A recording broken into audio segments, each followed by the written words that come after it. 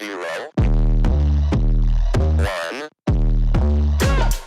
Let's get started. Hello and welcome to Beyond Top 10 Tennis. My name is Dr. Ashley Morgan Berge and I'm your host. If you're not familiar with my work, would like to learn more about it, head on over to AM8 International, the first tennis lab of its kind worldwide that is centered on delivering top 10 tennis rankings and is 100% backed by science.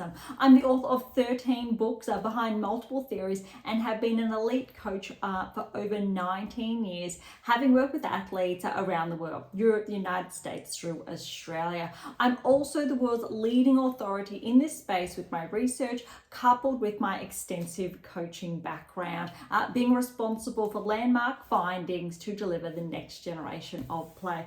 With new foundations this season of my latest release, My Tennis Black Book, Federer, Nadal, Serena and Djokovic, the 2025 season will deliver something new. So as always, buckle in and enjoy the ride. Welcome to another episode of Beyond Top 10 Tennis. Look, if you've been with us for some time now, thank you so much. You know what we're all about. If you're new, welcome. I really would encourage you to look back or track back to those early episodes, probably even most profoundly in my latest release, which we get to dive into a little bit more, given our special editions over for the time being with the Australian Open wrapped up a little over a week ago.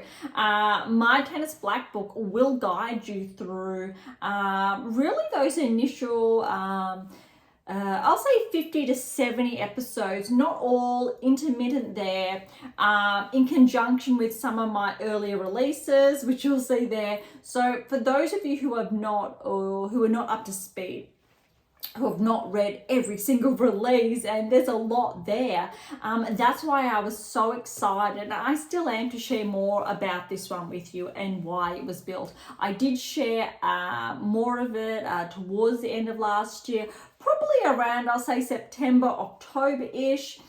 And it's really exciting because you can read this, follow along with Beyond Top 10 Tennis.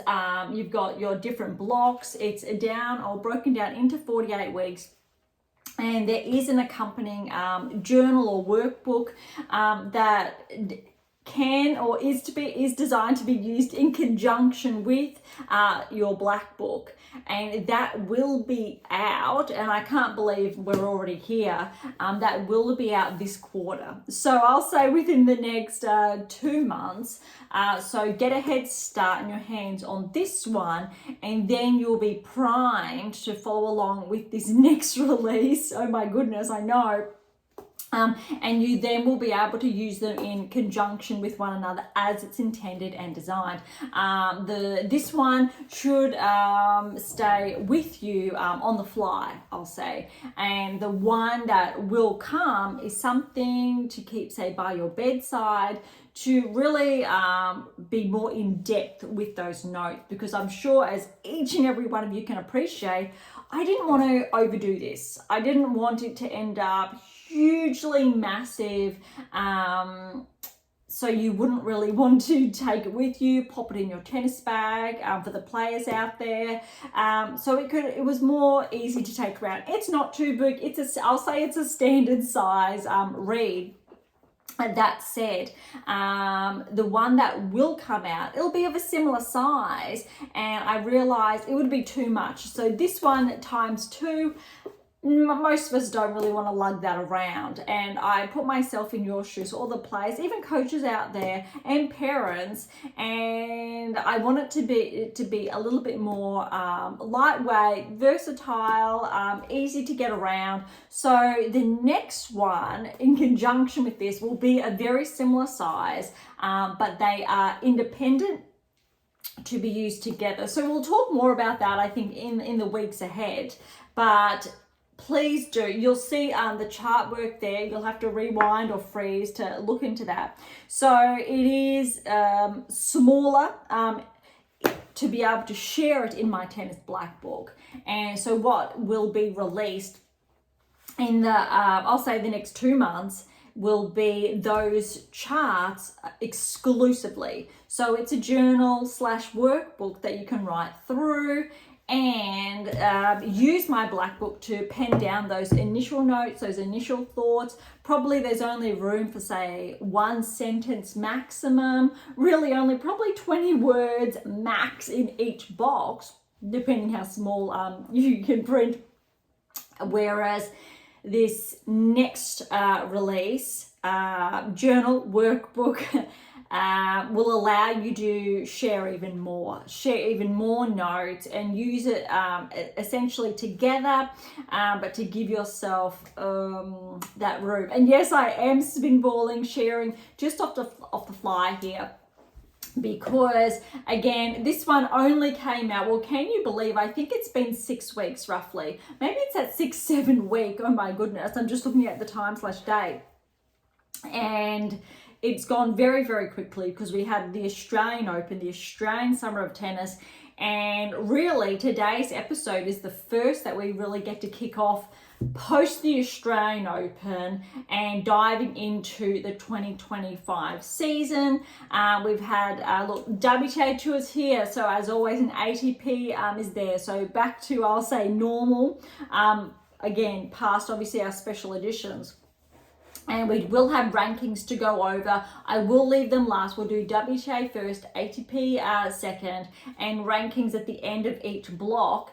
But we're going to start. We've got Austria, Singapore, Mumbai. We'll just touch over Transylvania and Abu Dhabi's kicked off. Montpellier, Dallas, and Rotterdam. So all of these ones are underway, and I think it's quite interesting now because first Grand Slam's underway. Oh, it's been done. So we've got new ranking points. We had a bit of a reshuffle, and I've shared more new barrier breakers, shared more in here as well. So when you do read my Tennis Black Book, you'll see how powerful those predictive analytics is, how the data is, and how I was able to pinpoint who would become a top 10 player. And we're already seeing that in action. That's how I think powerful the science is. And if you're not familiar with those more recent releases, whether it is how to develop a top 10 tennis ranking, the 7 keys there, the science of elite performance, all of them are in the background. So if you are looking at the video feed, you'll see them in the bottom corner. Again, there is a method to the madness and why. And again, if you do, or when you do read my Tennis Black Book, it'll begin to really join the dots in a manner of speaking. All right, so let's dive in to uncovering the results, and I'll share more additional insights as we go along. All right, so Austria kicked off essentially right after the Australian Open. So obviously players that went deep at the first Grand Slam were not present in Austria. We only looked at some of the first round matches last week because it really just got underway. So I'm going to kick off at the round of 16. I'll go relatively quickly because we've got a lot to cover today. All right, so round of 16, and again, this is Austria, or the upper Austria ladies Open in Linz. Makova was the number 1 seed. So Makova, Sorba over Sorba's Tormo 2 and 3. Potapova over Shramkova 7-6, 6-4. Alexandrova 4th seed over Sasnovich 3 and 2. Evanesian 7th seed fell to Martic 6-4, 4-6, 7-5. Yastremska, notice after the Australian Open, huge ranking regression. I think it was around the 80s or thereabouts. This is going to help her. We want to see if she can get closer to around back to that 30 range. A good second round win over Ruzic 5-1. Sakari, good win here. She had a bye first round, but over Tomova 3-2. Torsen, remember her match against Sabalenka at the Australian Open. She really did push her. A good win over Sestaya 2-4. And Svitolina's the second seed, had a bye first round, but Blinkova upset Svitolina 4-4. Little bit brutal there, so it'll be interesting to see how Svitolina then tracks, I guess, in the events to come over the next couple of weeks. All right, on to the quarters, because it went 32-16 quarters here. Makova over Potapova. This is a very good winner. 3 sets. 6-3, 3-6, 6-3. Well done to Potapova, Pushnikova. Alexandrova over Martic, 3-6, 6-2, 6-2. And Yastremska over Sakari, 7-5, 6-love. That's impressive. A very good win, I would say, for Yastremska there. Even though Sakari is ranked ahead of her, Sakari's she's been on a bit of a regressive streak, unfortunately, at the moment, or probably for the last, in all fairness, 6 months. And I've spoken a little bit about the regression there, the why, the 8 keys. So if you're not familiar, head on over again to AM8 International, all the releases. But there are those 7 keys, then the 8th key. So there's 8 keys collectively. And what we know, as far as the data is concerned, when we're talking about this, there are missing pieces. So we call them keys, and there are didactic modes in there, but you can read up to learn. You need the 8 keys into your game if you're going to be a top 10 player, if you're going to win Grand Slams. That's just the data, that's the science talking, it's absolute. So what we know here, or what I can share, is that it's very clear since that regression outside the top 10, roughly I'll say about 7-8 months ago now, those keys have been falling, so they're not as concrete as we need them to be. And so Sakari, we know there are those missing links, similar to Jabeur, Vondrousova, the regressions, etc., Makova. Makova, for example, we know she's been tracking, so those keys are getting tighter again. She's getting more of them into her game, and that's why we're seeing a more positive trajectory. Jabeur started, so she's on the incline, but Sakari, she's still, I'll say, a bit of a plateau where she is. She's had some good wins, but then pulls back, which means there's not certain keys are not concrete yet in her game, or they haven't reached an autonomous state of play. All right, just a little bit more of a bit of an insight there. Other quarterfinals was Torsen was the last one over Blinkova, 4-3. Really looking at, and I shared this already in our special editions, for Torsen to crack into potentially the top 30 this year with how she's been playing. That is not going to be surprising, even if it's within the first half. All right, semi-finals, here we come. Alexandrova upset Makova in the first semi-final, 6-love, 6-4. Clearly, Alexandrova came out of the blocks firing. Makova found her form in the second set, but Alexandrova was able to hold on. Other semi-final, Yastremska over Torsen, 6-1, 6-4. I think that's a very good win for Yastremska, given how we've seen Torsen play. That's quite impressive. And so Yastremska onto the finals, going to clock up some good points, which will help her ranking after that regression. But Alexandrova was with the win here, 2-3-6-7-5. Definitely not Alexandrova's first title, but that I think will potentially push Alexandrova closer towards the top 20. I'll just take a quick peek here, but I'm not going to do too much of a deep dive. It's looking like still top, yeah, all right. So she was bumped outside the top 30. She's back inside the top 30. That'll be interesting. I do believe Alexandrova did upset, I want to say it was Swiatek last year or the season before, when Swiatek was playing really well, and it was quite noteworthy. All right, on to Singapore now. Kalinskaya was the #1 seed. So remember last week, I only shared a couple of those first round results, but we'll kick off with the round of 16. Excuse me. But Kalinskaya, since she withdrew obviously from the Australian Open, we wanted to see what type of momentum she could build here in Singapore. If she was playing good, able to keep that level of play that had her really on the cusp of the top 10, had that rankings regression, but it's looking at positive signs here. All right, so round of 16, Kalinskaya over Walter, 2-6. Push the tiebreak in that second. Soan Skew over Buska, 4-4. Lee over Timofeeva, 3-2. Birrell got through the first round over the player that pushed her out of Brisbane, Paulina Kudermetova. Very good win there. But then even got a win over Baptist, which Baptist would have been the favourite on paper as far as rankings are concerned. So a very good win for Kimberly. 6-7, 6-3, 7-5. I feel like she's starting to find her groove now. She's had, I'll say, a rough start to the earlier days of her career. She's 26, but we're seeing some really good signs in the last couple of months, and she is a local, so well done. All right, Teichmann over Gadecki, 4-4, and Wang over Joint, 4-2. Osorio, the 6th seed, over Salkova, 3-6, 6-2, 6-4. Mertens, 2nd seed, good win over Maria, 6-7, 6-3, 6-1. Obviously, definitely was pushed there. All right, on to the quarterfinals. I am going a bit quick here. Kalinskaya, very good win over Soen. Skew was pushed though, 6-3, 4-6, 6-love. Obviously, you could see that. I think the rankings difference came through in that third there. Dropping down, we've got Lee, very good win over Birrell, but this was tightly contested, 2 tie breaks, and the tie breaks were 7-2 and 7-4 respectively. Well done to Lee, but well done to Birrell to keep that pace. Those of you who are not familiar, I have shared this previously.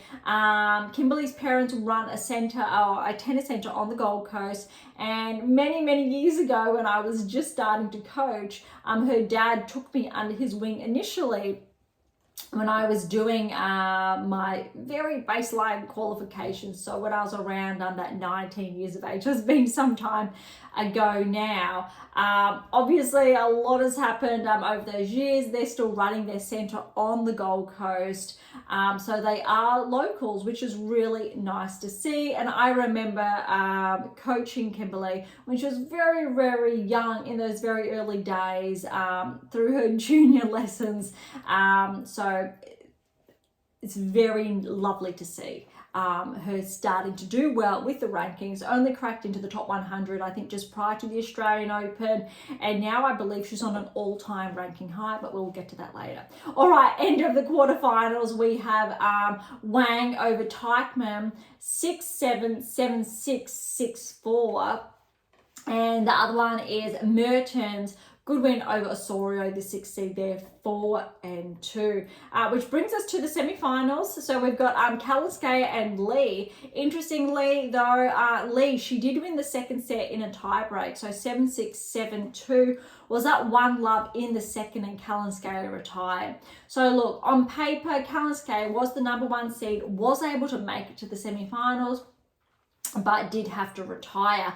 On the other side of the semi-finals is Mertens, the number 2 seed, and Wang, the 4th seed. 3-4 to Mertens, well done. But look, we've got 3 out of 4 of players inside the top 4 obviously progressing, and Wang was the 4th seed. But I'm just looking, obviously the 3rd seed, my apologies, was bumped out a little bit sooner. I'm just looking to see if I can pinpoint the player that was seeded 3, and it looks like that player is escaping me. No, so they're actually the number 3rd seed. I'm not too sure who that was, but they must have withdrawn because no player for some reason was seeded 3, which means that's actually a very good metric, so data point, having the top, I'll say 3 players, 3 seeds, even though obviously it is 1, 2 and 4 progressed to the semi-finals. That's actually a very that's impressive in contrast to other events. So Mertens nonetheless and Lee were in the finals, and Mertens did get that win, 6-1, 6-4. So well done to Elise there. All right, on to Mumbai. Very quickly here, because it's just a 1-2-5 event. I just wanted to quickly draw your attention to that it was underway. We'll look at this more deeply, I'll say next week when the results are out, and we'll look at the players that made the semi-finals and the finals without really looking at the wider part of the draw. All right, so I want to now head on over to the Transylvania Open. News, it really just broke this morning. Hopefully you're like me, and it's a bit upsetting. It looks like Simona Halep has announced her retirement. I think it is really sad / heartbreaking, purely because she was one of the best players in the world when she got that ban. Obviously, she was the defending Wimbledon champion, I believe, at the time, even though a few months had been passed. She was playing sensational tennis, that level. She was still, I believe, ranked inside the top 10. All good things, all good signs. And she was just such, she was a great player. We know, obviously, I'm based in Australia, Beyond Top 10 Tennis based in Australia. Darren Cahill was her former coach. I think they'd just parted ways.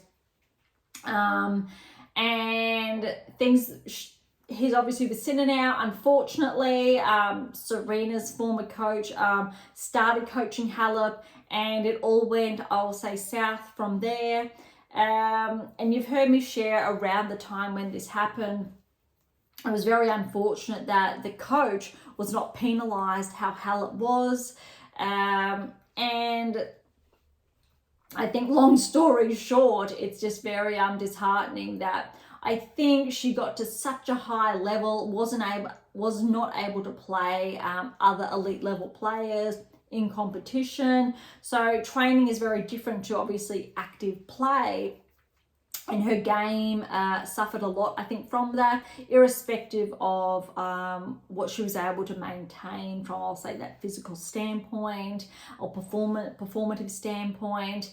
And she's had a tough road back. A lot of the Grand Slams weren't giving her wildcards or direct entry, for example. Ranking wasn't protected. And we've seen, for example, Swiatek, Sinner, I'll say, cleared. But Halep had the proof, but it was an absolute mess. We've seen some cases like this, I think, previously, but I don't believe at this level. But I think this is a very good example of it. Literally ruined a player's career, ended a player's career, and the coach was not held accountable. No fines, weren't penalised. They were able to continue coaching. And I think it's really sad, especially when I put myself in that coach's position. You all know that I'm a leader in this space, and it breaks my heart that a coach obviously played a role in a player's career coming to an end. I think that's, as a coach, you have that duty of care, and it was not upheld. But also, there's so much to it. I believe there should have been more fighting for the athlete. I know the PA, I believe the acronym exists now. Djokovic, co-founder there, to better protect players. Obviously, the WTA has not had better protocols in place to protect players. I understand, obviously, the ITIA, doping, etc., their job, what they need to do, protocols. But it looks like there has been a level of bias, I think, over the last, I would say, 2-3+ years. Maybe it's starting to look a bit better, with, obviously, we know Swiatek's case was handled a little bit more swiftly, Sinner's case again, and it was just, there's a lot, I think, to unpack there, and I don't want to spend too much time on this. And Halep has given the game so much. She is one of the only active players on tour with multiple Grand Slams to her name, and what she was able to accomplish in her career. And I think she definitely still had a number of years of her best tennis under her, especially if she was able to maintain play. All right, enough on that. We may talk about it in future episodes, see what happens. I'm not too sure if it's just the last time she's going to be playing at the Transylvania Open. Maybe she's got a couple more events underway. Maybe it's just her last season and she'll retire at the end of the season. There aren't really any notes on that have been shared, only that she believes at this stage the Transylvania Open, it'll be her last time she's playing there. And it is obviously her home tournament, which is also lovely as well, Romania. All right, so let's dive into those initial results. Obviously, just kicked off, I believe, I will say yesterday, Potapova was the number 1 seed.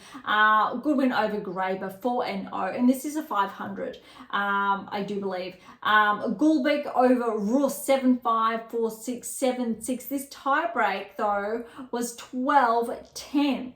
Blinkova over Sorobes Tormo, 2-2. Christian and Seidel, they still have to play. Kalanina over Roos, 2-2. Lamens over Bonda, 2 tiebreaks there, 7-2 and 8-6 respectively. Stasuik over Sersteja, 6-1, 1-6, 6-4. Bozes Maniero fell to Sasnovich, so 6-7, and that tiebreak score was Love 7, then 7-5, 6-4. Cocchioretto, good win over Begu, 3-5. Bogdan over Barrage, 2-3. And the one you've been waiting for, Bronzetti, was too good for Halep, 6-1, 6-1. That's a tough one. And I think that says when we're looking at rankings, level of play, we know what Halep's capable of. Just hasn't had, I guess, the right footing under her belt. You would have heard potentially at the time or the last 12 months that I'm not too sure who's coaching Halep at this stage, but her and that coach, who I'm choosing not to name, they did part ways because obviously of his lack of duty of care, and she found it really hard to trust another coach because of what had happened. And I also think she was in such a great position, positive experiences, having worked with Cahill, that took on obviously another popular coach who did the wrong thing by her. Unfortunately, I believe he's coaching Osaka now. Hopefully he's learned his lesson, but it's really sad, I think, with what happened. I personally think that that coach should have also been banned for a similar amount of time, if not longer, due to, I think, the level of negligence there, as well as the team. But so really sad to see, but well done to Bronzetti getting that win over Halep. All right, Stearns over Gracheva, 2-6, 6-2, 6-2. Stearns has been tracking. She played some great tennis in Australia. I'm not going to be surprised if Stearns makes the top 30 this year as well, similar to Towson. Siniakova and Jones still need to play. Dolhide over Sniger, 7-5, 2-6, 6-4. Tomova over Sheriff, 3-6, 6-4, 6-1, and Danilovic is the second seed, which we would not have seen this time last year, but you've heard me in our previous episodes share why Danilovic was primed to track and her results.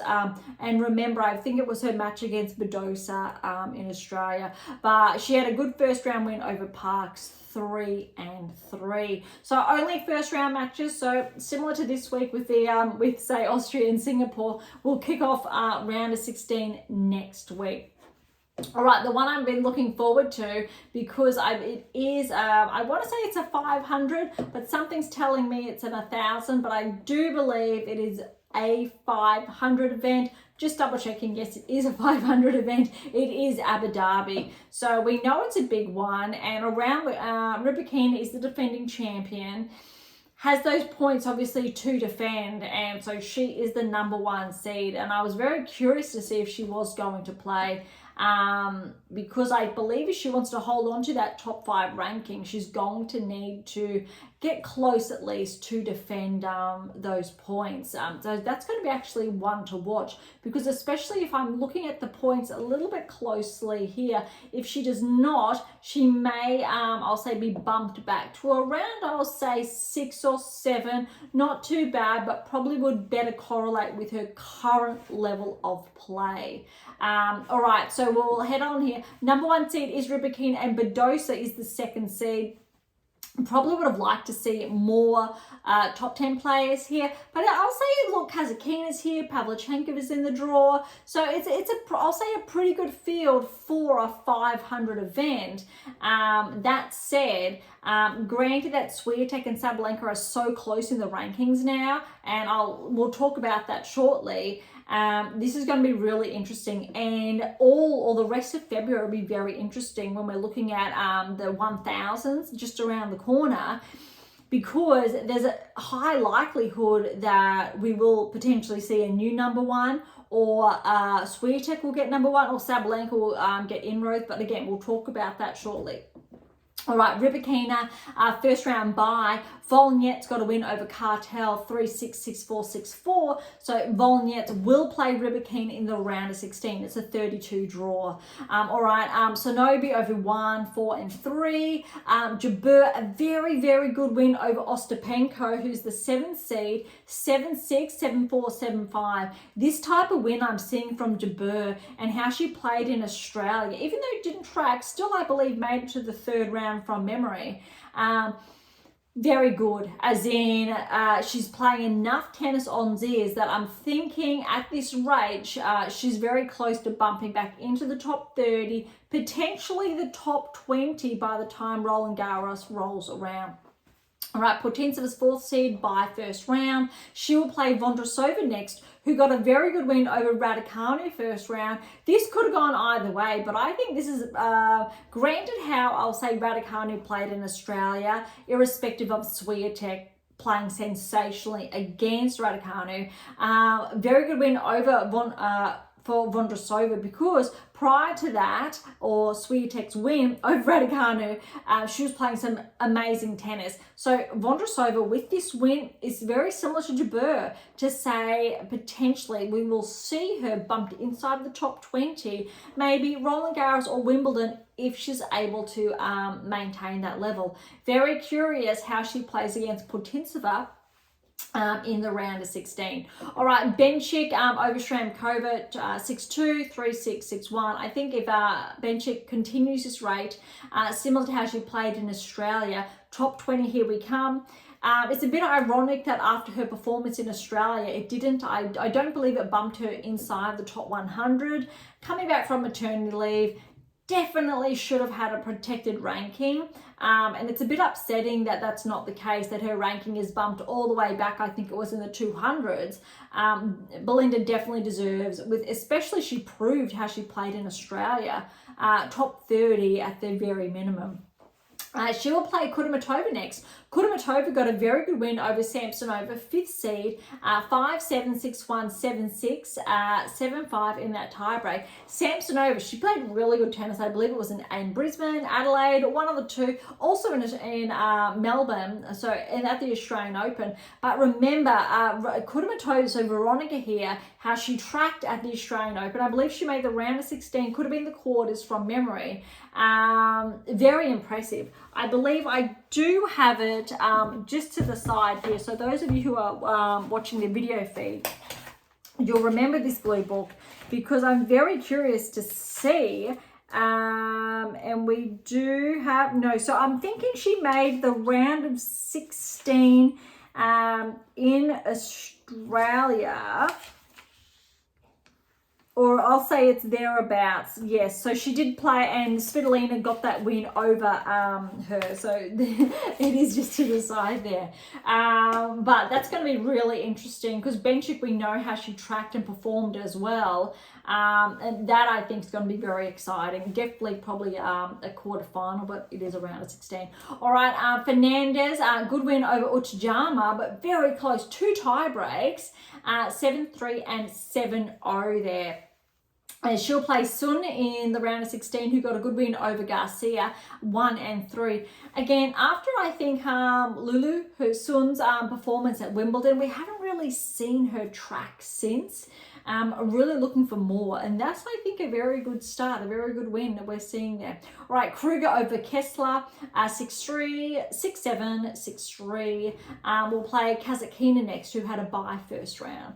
Pavlyuchenkova, a very good win over Kenin 1st round, 3 and 1. We'll play Lynette next, who got the win over Zarazua, 6-4, 7-6. Noskova, good win over Frech, 6-love, 6-3. She will play Badosa next. Interestingly, this time last year, Noskova was ahead of Badosa in the rankings. Since she wasn't able to defend her points in Australia, Noskova's had a bit of a regression in the rankings, whereas Badosa is now top 10. So a bit of a change there. Be interesting to see how Noskova plays, favouring obviously Badosa with how she obviously played in Australia, if she's able to back that up. Whew, oh my goodness. All right, that's all the events on the WTA Tour over the past week or what's underway now. Let's have a look at the rankings before we switch on over to the ATP Tour. All right, starting at the top 100, darts back 2, so she caps off, or she starts the 100 there. I'm going to look for the bigger markers because there's a lot of changes. There's a lot of shifting here, whether it's 1, 2, 3 points regressing or regressions to progressions. We've got Buska, 3-point progression to 98, so welcome to the top 100 there. Nyman, 17-point regression to 96 in the world. Yafan Wang, 18-point regression to 89 in the world. Birrell, 9-point progression, I would say, courtesy of her recent results, up to 86 in the world. I believe that is a career high best ranking there. Sorabes Tormo, 16-point progression to 83 in the world. A lot of movers here, the 1/2s back and forward. Kenin back 1 to 75, for example. Bronzetti just with that win over Halep. Just for perspective, she's back 6 points to 72 in the world. Christian's back 12 points to 73 in the world. Blinkova, 12-point progression to 71. All right, inside the top 70 we are now. So stay a 6-point progression, 64 in the world. Anne Lee, so she did have that finalist result where Mertens got that win. Up 24 places to 61 in the world. Definitely has to be a career high, I will say, courtesy of her performance in Singapore. All right, next we do have, looking for the bigger movers here, Osorio, not big, up 2 to 53. Raducanu steady on 56, which means Osaka's, I believe, around this ranking range or thereabouts. Yeah, she's at 42, just steady. But Yastremska, noteworthy, she's up 22 places. How's that? To 50 in the world. So this is a really good metric. Even though Yastremska wasn't able to defend those points in Australia, got bumped outside the top 70, that's a very good result. I think if Yastremska is able to maintain her level of play, she should be back inside the top 30, I'll say, before the French Open. All right, Pliskova, she's steady at 47 there as well. Sorn steady at 45. Stern steady at 46. But definitely on the lookout, I believe we should be. Anisimova, similar, steady at 40. All right, a lot of back and forth inside the top 40. Ostapenko, she's actually back 9 points to 35. I'll say that's a little bit brutal. She was obviously top 10 this time last year. Vondrasova's back 137. Mertens, even with that title win, she's only up 1 point to 31 in the world. Jabeur's up 1 to 33 in the world. All right, top 30, here we come. Azarenka, she's been bumped back 1 to 30. Azarenka is definitely top 20. Would love to see her get a couple more wins under her belt. Sakari's actually moved up 2 places. 29 in the world. Pavlyuchenkova is back 3 for some very odd reason to 26 in the world. Definitely deserves to be inside the top 20. Alexandrova, so she's up 5 to 25 in the world. Then we've got Bulta, Svitolina, both up 1, so 24 and 23 respectively. Kostuk 22 and Putintseva back 1 to 21. All right, top 20. We've got Samsonova back inside the top 20. Vekic is back to 19. Kalinskaya steady at 18. Makova's up to 17. Look at this. She was outside, I believe, around the US Open, bumped back to around 50 in the world. And she's just been playing some really good tennis. And I think at this rate, Makova potentially could be inside the top 10 by the French Open. Very, very important. I think significant. Makova is definitely the play or the next player to watch alongside Schneider. But let's keep in mind as well how well Andreeva's been playing. She's at 15. Krejcikova didn't play in Australia, so she regressed outside with an injury. But look, let's see how she performs when she is back on court, because I think Makova Krejcikova and Schneider are ones to watch.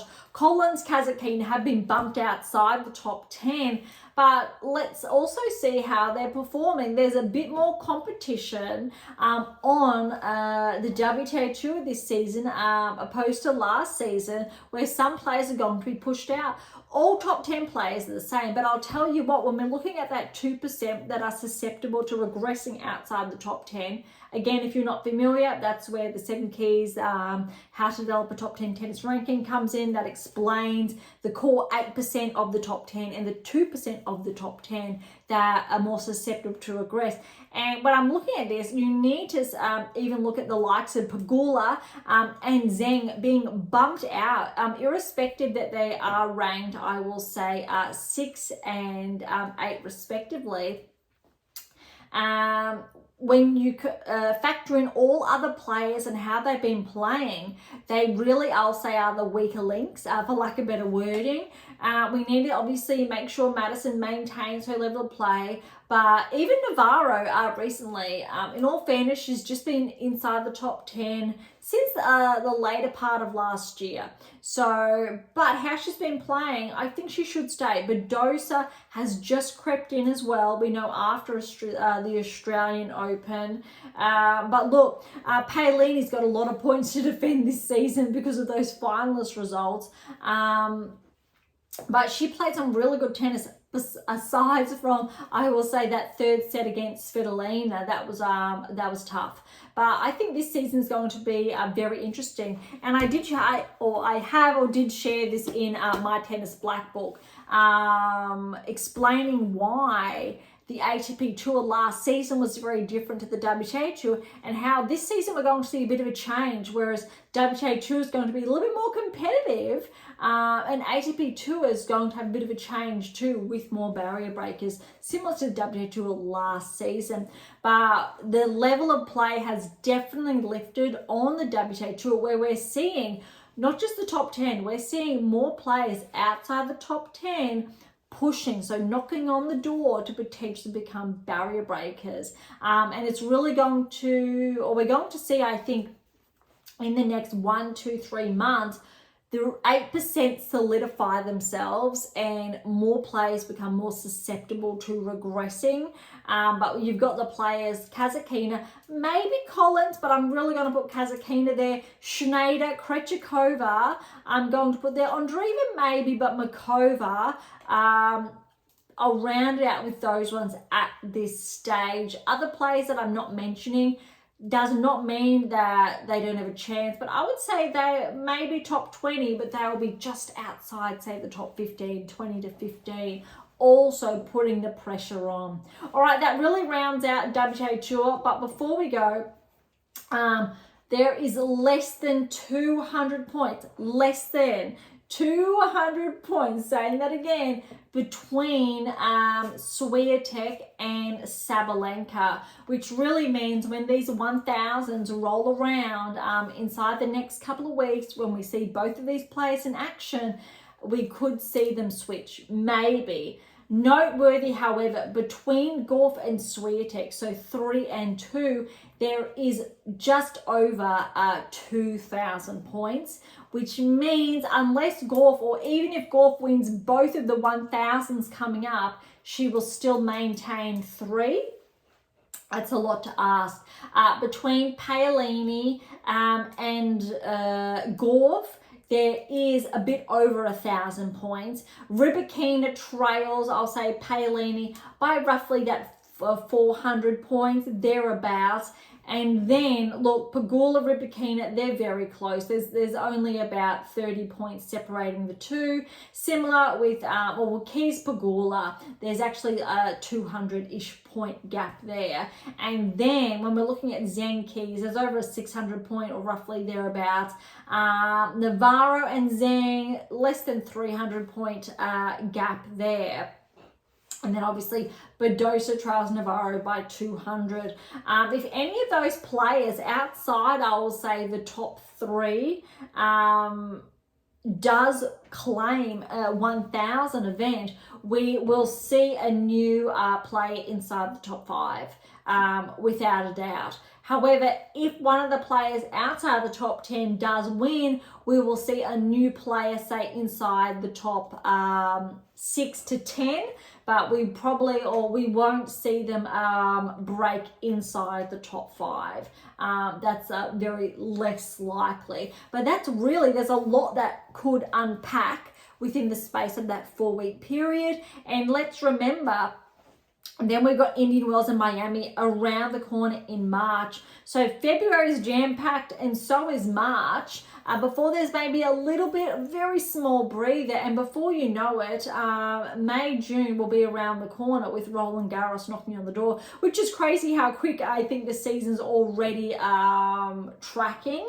But I'm very excited. I'm sure you can tell let's see what happens with the rankings over the next couple of weeks. All right, let's pause there for the WTA Tour. That's a wrap. Let's head on over here to the ATP Tour.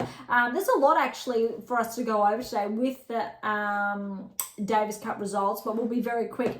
First, I want to start with the Occitanie Open. So in France, or Montpellier there, Rublev was the number 1 seed.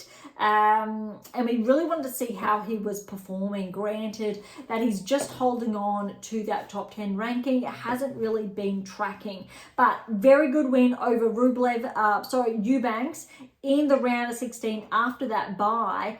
4-3. And Eubanks, I believe he's made the round of 16 or further at the US Open previously. Hasn't really been tracking, so it's still, I would say that's a good win for Rublev nonetheless. Bashivali over Rindenek, 6-love, 7-6, starting at the round of 16 we did touch on a few results last week in the round of 32, so first round, but we are focusing on round of 16 onwards. Bublik over Kopa, 4-2. Kovanovic over Bellucci, 5-6, and that was 7-5 in that tiebreak. Griekenspor over Gasquet, good win for Griekenspor there, 6-3, 3-6, 7-5. De Jong over Kaboli, very good win there for De Jong. That's an upset. Kaboli's the 3rd seed, 6-3, 7-6. Boo over Lestiana, qualifier, 2-1. Kazuks fell to Agor Alissimo, who's the 2nd seed. That's a tough match for Felix, but he has been tracking lately. 6-4, 7-6, 7-5 for that tiebreak. All right, so on to the quarterfinals. And we do have, this is really interesting because Rublev had to play Bashiveli in the quarters, and Rublev was up 5-2, and Bashiveli had to retire. So a little bit of extra, gas in the tank there for Rublev. Again, quarterfinals, we've got Kovanovic with the win over Bublik, 3-2. De Jong, good win over Griekenspor, the 5th seed, 7-6, 6-4. We will see, I think, tracking in the rankings courtesy of how well De Jong has played in Montpellier. And Agor Alissimo, good win over Boo, 3-4 to round out the quarterfinal results. All right, so on to the semifinals. We've got Kovacic and Rublev playing. And look at this. Look, for some reason, Rublev has a wild card. Kovacic was a qualifier, and Kovacic with the win over Rublev, 7-5, 6-4. Without a doubt, that wild card has to be incorrect. Granted, obviously, Rublev's top 10 ranking, but a qualifier in Kovacic with that win over Rublev, that's sensational. Agor Alissimo, good win over De Jong, but it was not easy. 6-4, 7-6. As 7-4 in that tiebreak. So well done, I think, to Kovacic and De Jong. Not expected, obviously, to get to the semi-finals. But look, in the finals, we've got Agor Alissimo and Kovacic, again, qualifier. Agor Alissimo with the win, another title, I believe it's number 7. But look at this scoreline. Kovacic pushed Felix 6-2, 6-7, and that was, I believe, 9-7 in that tiebreak there to Kovacic, and then Felix with the tiebreak in the 3rd, 7-6, 7-2. That's very impressive. Let's have a look how Djokovic tracks this season, because pushing players to top 10, top 20 that far at the beginning of the season is quite impressive. We will have a look at the rankings after all the events, because we should see Djokovic tracking a good healthy bump there. Also with Felix with another title to his name, because I do believe from memory Felix won in Adelaide, and now we're seeing him winning in Occitanie or Montpellier. So that's a very good result for Felix, and still we're only 4 or 5 weeks into the season.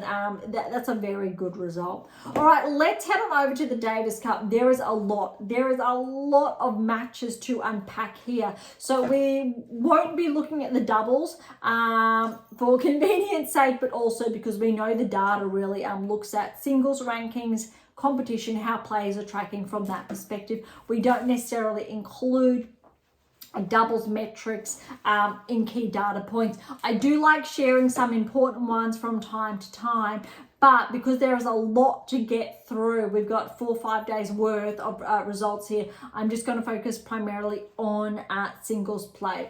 All right, Thursday we had, that's just gone, Norway and Argentina. We've got Echeverry with a good win over Budkov, Kajur, 7-5, 2-6, 7-5. Ruud with the win over Navone, 3-3. Norway with the win over Argentina. Austria and Finland. All right, we've got Numina over Vertanen in 3. Rodionov over Vas in 3. Austria over Finland there, 4-0. Definitely missing something with the tie. We will look like we're going to see that shortly, but I am going upwards from the records opposed to downwards. All right, so Norway and Argentina. We do have doubles results here, but we've got Navone over Budov Kaver in 3, and Ruud over Echeverry 3-3. So a bit of a reversal there, or still they're playing. Obviously reverse singles. Yes, so following along. All right, done. On to the Czech Republic and South Korea. Lecheka, good win over Kampane Lee, 3-3. Makak over Kwon, 2-2. I think the Czech Republic's going to actually be quite dangerous this season, because Lecheka and Makak played very well in Australia, and they both have been tracking. All right, Denmark and Serbia. Kekmanovic over Moller in 3. Medalovic over Rune in 3 as well. That's a very good result for Medalovic. Apologies, as always, for the mispronunciation.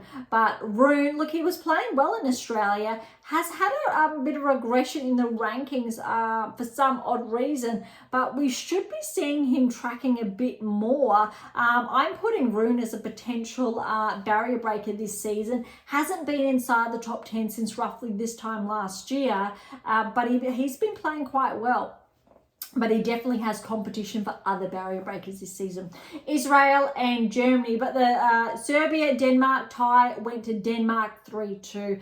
Israel-Germany, we've got Hafman over Kukerman, straight sets, and Martia over Oyer in 3. All right, next we have...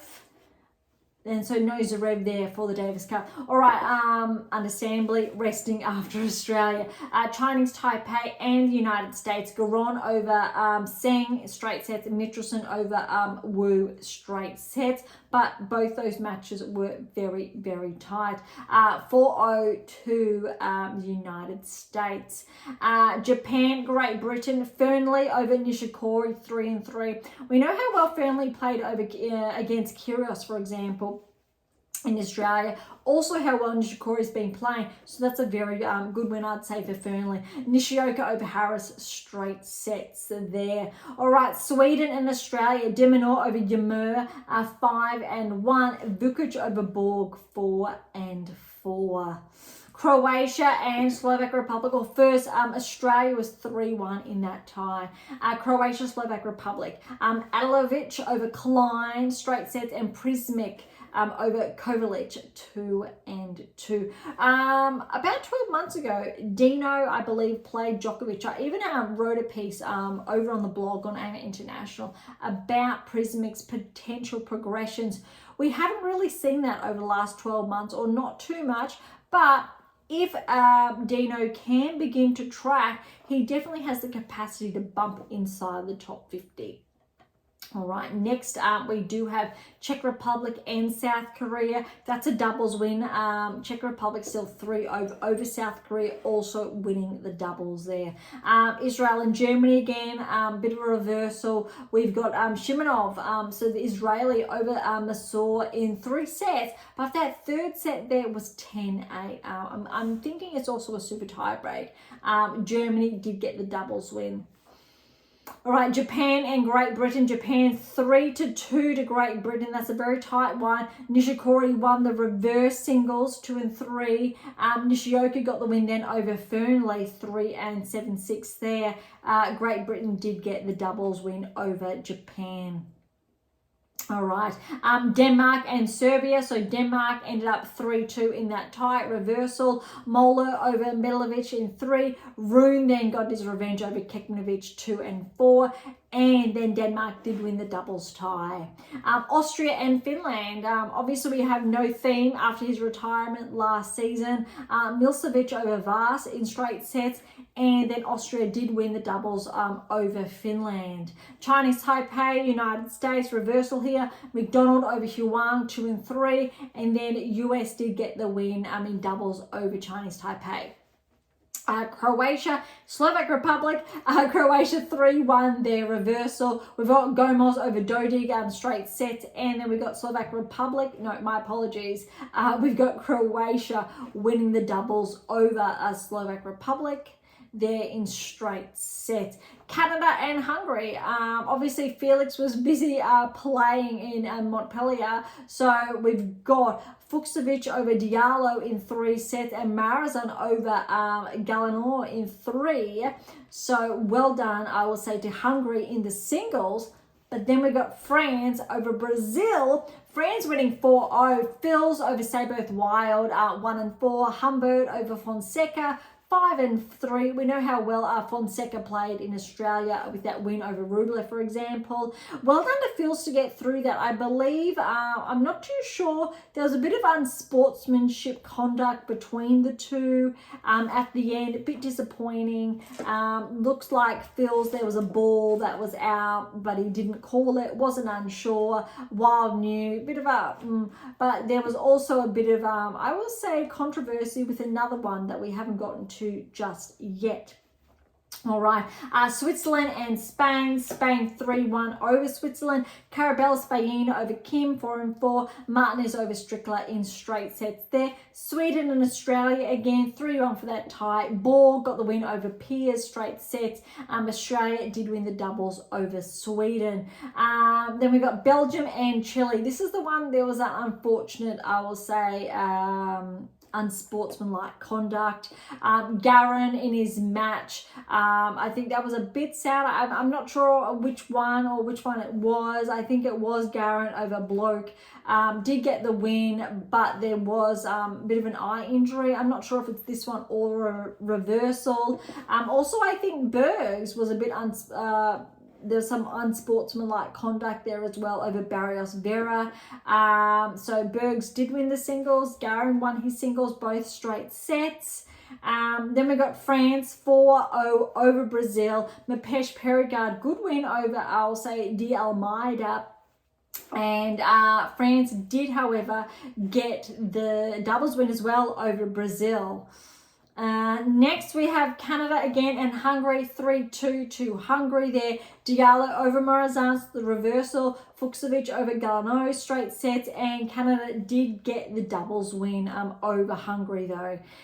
Switzerland and Spain again, 3-1 to Spain. Batola over Landalush in 3. Look at this third set tiebreak though, 16-14 to Batola. Well done to Landalush, pushing all the way, that was very close. Spain got the win over Switzerland in the doubles. Again, back to Chile and Belgium. Berge and Garin. So I believe this was the one that was very unsportsmanlike. Unfortunately, Berge's, there was contact. There was physical contact on the change of ends. If you've read any of the news, you are familiar with this as well. So this is really disappointing to see. A really tight match. So well done to Garin to pushing all the way. But that was really unsportsmanlike from Bergs, unfortunately. And I think there were some poor decisions made from the referees, umpires in play. Belgium got the win over Chile in the doubles there, 3 sets. And that wraps it up. That's all the Davis Cup matches. I think because we did take that, I will say, quicker approach, it wasn't drawn out. I did anticipate that was going to be a lot longer, so we are a little bit lucky there. A little bit more time then for the 500s underway in Dallas and Rotterdam. All right, so let's head on over to Dallas. Fritz is the #1 seed and Rudd is the 2nd seed. We've only got a couple of matches actually that are underway, so we'll go through the first round results or who will play. Fritz is going to play Rinderknech first round, Kekmanovic and Shapovalov. Hijaka has played Mannarino and he's gotten through 7-5, 6-3. Hijaka will play the winner of Nishikori and Mikak. That's going to be an interesting one. All right, Paul's the 3rd seed. He's got a good win over Brooksby, who's got a wild card. 3-set win to Paul, 6-7, so that was 6-8, then 6-3, 6-4. So a really tough first round for Paul, but look, new time barrier breaker, played well in Australia. I'm looking forward to see how well Paul tracks this season, if he maintains that top 10 ranking as obviously the predictive analytics said he would, break into the top 10. He's already done that now. What happens next if he can maintain that level or not? All right, next we've got a qualifier and a wild card. So Quinn and Svajata. Quinn with the win, 4-2. He will play Paul then in the round of 16. Opelka with the wild card will play Shabenko first round. Norrie got the win over Mitchelson, the 7th seed. 2-6, 7-6, 6-1. Analdi, good win over Eubanks. Obviously, it was a reversal the past week. Eubanks was upset. Well, no, got the win. Rubila got the win there, but Analdi was upset. So good win for Analdi. But still, Eubanks, he's still been able to keep pace with some solid players. Davidich Fekina, good win over Holt. 6-1, 7-5. Muna and Boo will play first round. Vukic and Shelton's the 4th seed. They'll play first round. TFO, good win over Daniel. That was relatively quite tight in that 3rd there. 6-1, 3-6, 6-4. Nishioka will play Nakashima. Carabella Spaina will play who's a qualifier there, and Garon will play Rudd first round. That's going to be interesting. Garon, he's been tracking. That's going to be a tough first round for Rudd. Let's see if they can both hold up. Obviously, Rudd and Fritz, their end, if they can track at least to the semi-finals, because Rudd, I think, is one of the players inside the top 10, along with Rublev now, who may very well regress. Medvedev maybe is up there as well, but we will talk more about that shortly. So that's the Dallas Open. Obviously, these are 500s, a lot of points on the line, so we could see a couple of shifts in the rankings next week. All right, Rotterdam, or the Amro Open in the Netherlands, is underway. Alcaraz is the #1 seed. Medvedev is the 2nd seed. So we do have a couple of top 10 players in action this week. Obviously not all, but look at this. Van de Zandschulp, I believe, upset Alcaraz, or it was Djokovic, one or the other at the US Open. Alcaraz was pushed 7-6, 3-6, 6-1, but got through. I think what's really interesting is that we're not seeing any buys here where we've seen it commonly in other events. But the Amro Open is jam-packed. Well done to Alcaraz pushing through. He will play the winner of Igor Elisime and Vasari. That's tough. Felix, with 2 titles already this season, coming off that title win, in Montpellier, just checking, yes, in Montpellier, and potentially if he gets through over Vasori, who is a qualifier, will have to play Alcaraz then in the second round. That is a tough draw. All right, Martinez got the win over Bautista Agut first round, or the round of 32, 3-2. Sonego and Rune will play first round. Rublev with a good win over Zhang, 3-4. He will play the winner of Struff and Marizan. Lecheka's upset Poprin. I'm going to call that an upset. But that's 7-5, 6-2. We're not seeing, I'll say, Alexei play as well as we know he's capable of. Just the last few weeks, but I definitely think he's going to find that rhythm again. Hurkacz's very good win over Kaboli, 3-2. Hurkacz, I believe, is one of those players who definitely could bump back inside the top 10 this season, but there are a handful of players who are, I think, in line, who have the capacity to become top 10 players or barrier breakers this season. Fils will play Lestian first round. Djokovic will play Mapesh Pericard first round. Mensik got the win over Bublik, 4-4, and he will play Diminor in the round of 16. Alex got a very good win over Goffin, first round, 2-4. Tsitsipas, good win over Mayo, 6-1, 7-5, first round. He will play the winner of Berrettini and Griekenspor. Bellucci, qualifier, got the win over Rotgoring, who had a wild card, 3-2. And Wawrinka and Medvedev, they played each other first round. Wawrinka with the wild card, but how good is this? Even though Medvedev, he got the win, will play Bellucci second round or round of 16. Wawrinka really pushed Medvedev. Look at this scoreline, 6-7. So Stanley got the first set in a tiebreak, 10-8. Huge. Medvedev picked it up. Medvedev got the second set, 6-4. Third set, 6-1. Murray made a comment after that saying, how good is it to see Wawrinka, who's almost 40 or thereabouts, pushing one of the best players in the world, top 10 player in Medvedev, a Grand Slam champion, Medvedev, Grand Slam finalist, Medvedev, to 3 sets. That's really cool. We haven't seen that in some time, but I really hope Wawrinka sticks around for a while, because he definitely still has it, and it looks like he's still healthy. He really has that on his side, in contrast, say, to Federer and Nadal with those niggles, Murray with those niggles, and Djokovic, look, he's still going strong, but I think if anything, Wawrinka would be that 5th player in line.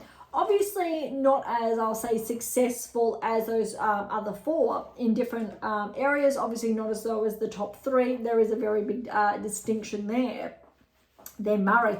But Stanley, he was inside the top 5 when those players were obviously the top 4 or top 10. So it's really great to see. But all right, so that is obviously Amro Open and the results there. We will obviously, for both Dallas and Amro Open, pick up from the round of 16 next week. All right, on to the rankings, because I'm looking forward to diving in more so to the top 10 or really top 20. Let's see who's really knocking on that door. But first, top 500, we've got Korea at 100. He's back 5 points, so at 100 there. But look, Fonseca, we know he got inside the top 100 after the Australian Open. He's bumped up 1 more to 98 in the world. Bellucci's up 6 to 92. I'll try and focus on the bigger movers, but also maybe some noteworthy names and their results. 10, remember, from Australia, just back 1 to 81 in the world. Nadi's up 6 points to 77 in the world. We've got Djokovic again. I'm just going to check this from the spelling. So yes, remember the results in France. He made the finals. So that's why we're seeing quite a big jump, a 27-point progression. Welcome to the top 100.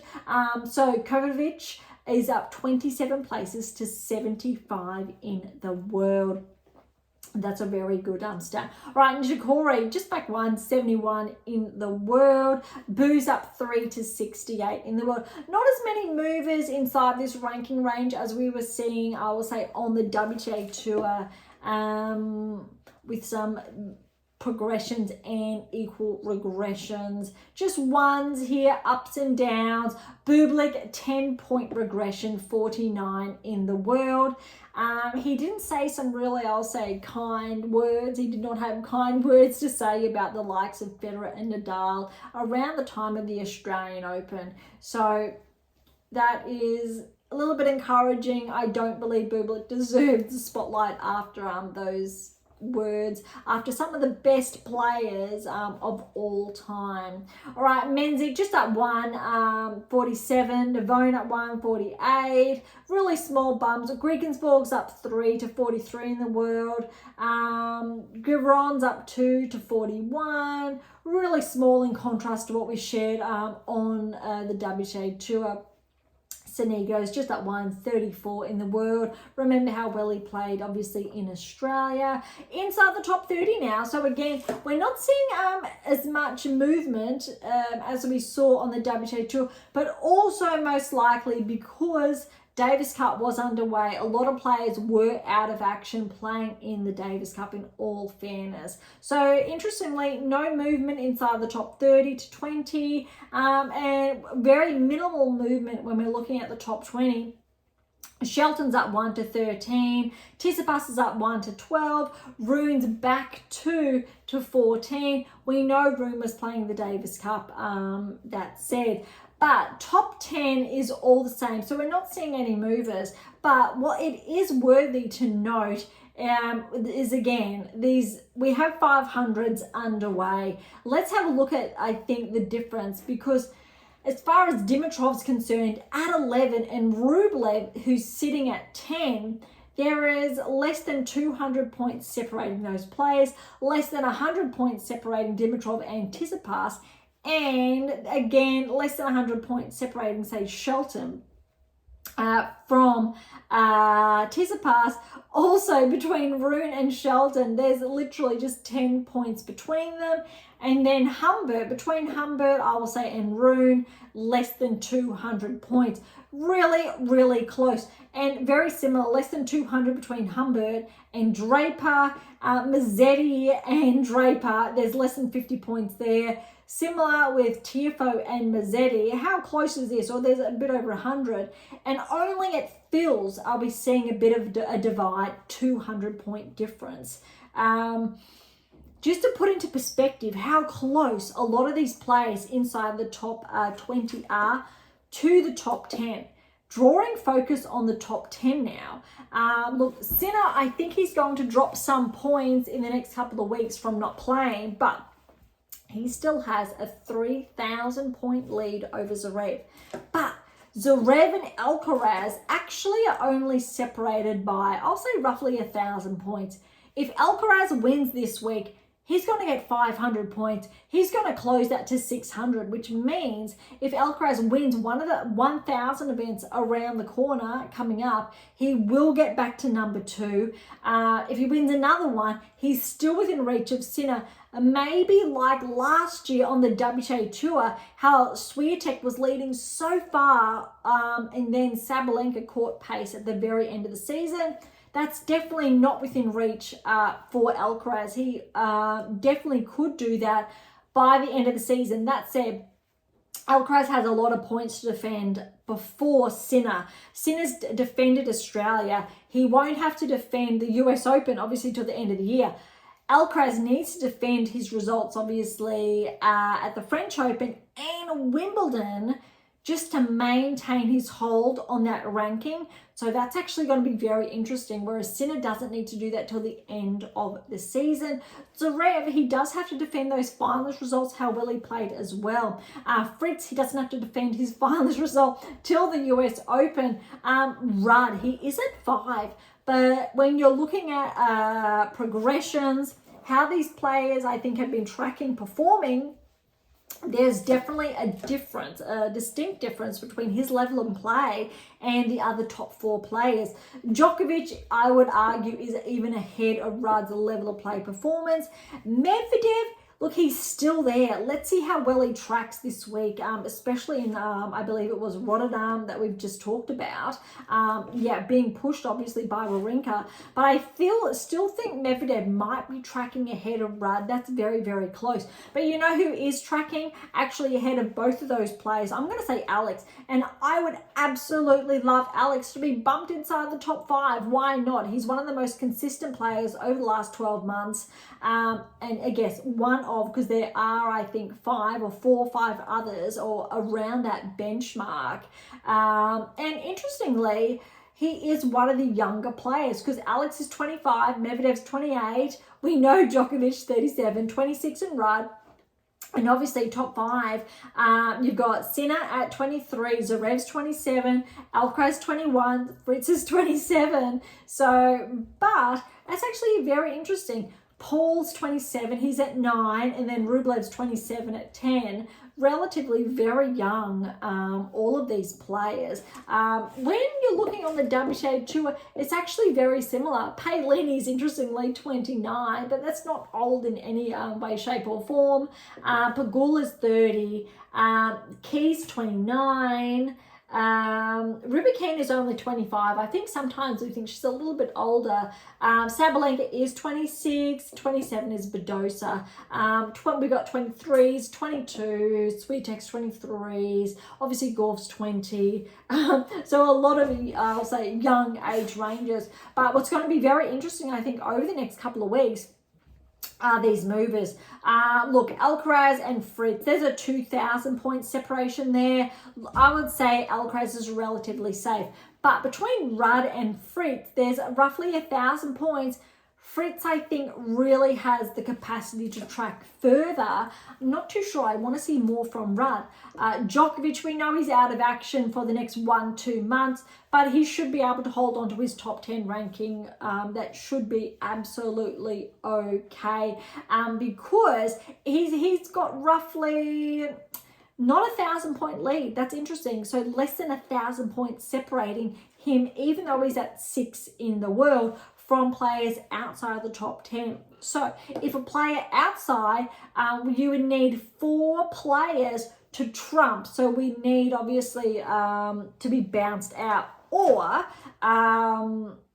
what's more so correctly to say, my apologies, if say Dimitrov was to win an 1,000 event or a 500 event, he's going to get closer. And over the next 2 months, it's very likely we could see Djokovic bump out if, very big if, we see players of the likes of a Dimitrov, a Tsitsipas, a Shelton securing those points where we're seeing bigger barrier breakers or more barrier breakers. That said, we still need Medvedev, de Minaur, Paul, Rublev, who are ranked behind Djokovic, to maintain, I would say, their level of play. If they are, Djokovic is probably more secure, but if you do have the likes of the other players outside the top 10 really pushing these players, we are going to see new players inside the top 10 before, I would say, Roland Garros. But yeah, I definitely think it is possible that Djokovic could be bumped out of the top 10 before Roland Garros if we're seeing players other than the likes of Sinner, Zverev, Alcaraz, Fritz and Rudd who are ahead of him in the rankings. If we're seeing predominantly those top 5 players securing most of the wins, which in all fairness, we probably won't see just those players. That said, I want to draw attention to Felix, whose ranking has not changed. He's at 23, 2 titles already this season. But he did get points, but it didn't shift in the rankings. And him and Rune were the only players, obviously, inside, I'll say the top 25 or top 30, really, with, I think, a points change. Rublev got points, but it still held him at 10 in the world. There's a lot to unpack. Similar to the WTA Tour, I think there are more players knocking on the door on the WTA Tour, really are lifting that level of play.